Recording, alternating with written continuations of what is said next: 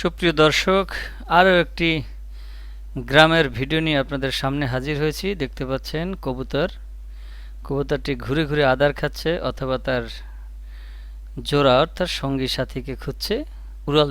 উড়াল দিয়েছে, খোপের নাগালে এসে পৌঁছে গিয়েছে।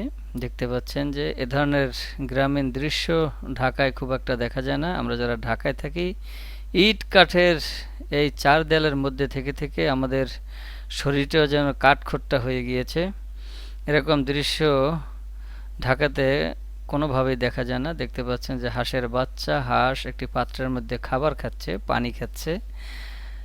যতক্ষণ গ্রামে ছিলাম মনে হয় যে এদের দিকেই তাকিয়ে থাকি, কারণ এগুলো তো ঢাকায় খুব একটা দেখা যায় না। আর গ্রামে একবার গেলে মন চায় না যে ঢাকায় ফিরে আসি। কর্মব্যস্ত নগর জীবন, জীবিকার তাগিদেই আমাদের ফিরতে হয় ঢাকায় চলে আসছি। আর আপনাদের জন্য নিয়ে আসছি গ্রামীণ ন্যাচারালি প্রাকৃতিক দৃশ্য। দর্শক, ভিডিওটি দেখলে আপনাদের অবশ্যই ভালো লাগবে। আমার মুখের কথা ভালো না লাগুক, কিন্তু স্ক্রিনে যে দৃশ্যটি দেখছেন আপনাদের ভালো লাগবে। যারা আমার এই ভিডিওটি দেখছেন সবাইকে আমন্ত্রণ জানাচ্ছি আমার আরআইএসএল এমসিবি ইউটিউব চ্যানেলটি সাবস্ক্রাইব করে দেওয়ার জন্য, আপনার হাতের নাগালে থাকা বেল বাটনটি বাজিয়ে দেওয়ার জন্য, যাতে করে নতুন নতুন ভিডিও নিয়ে আপনাদের সামনে হাজির হতে পারি।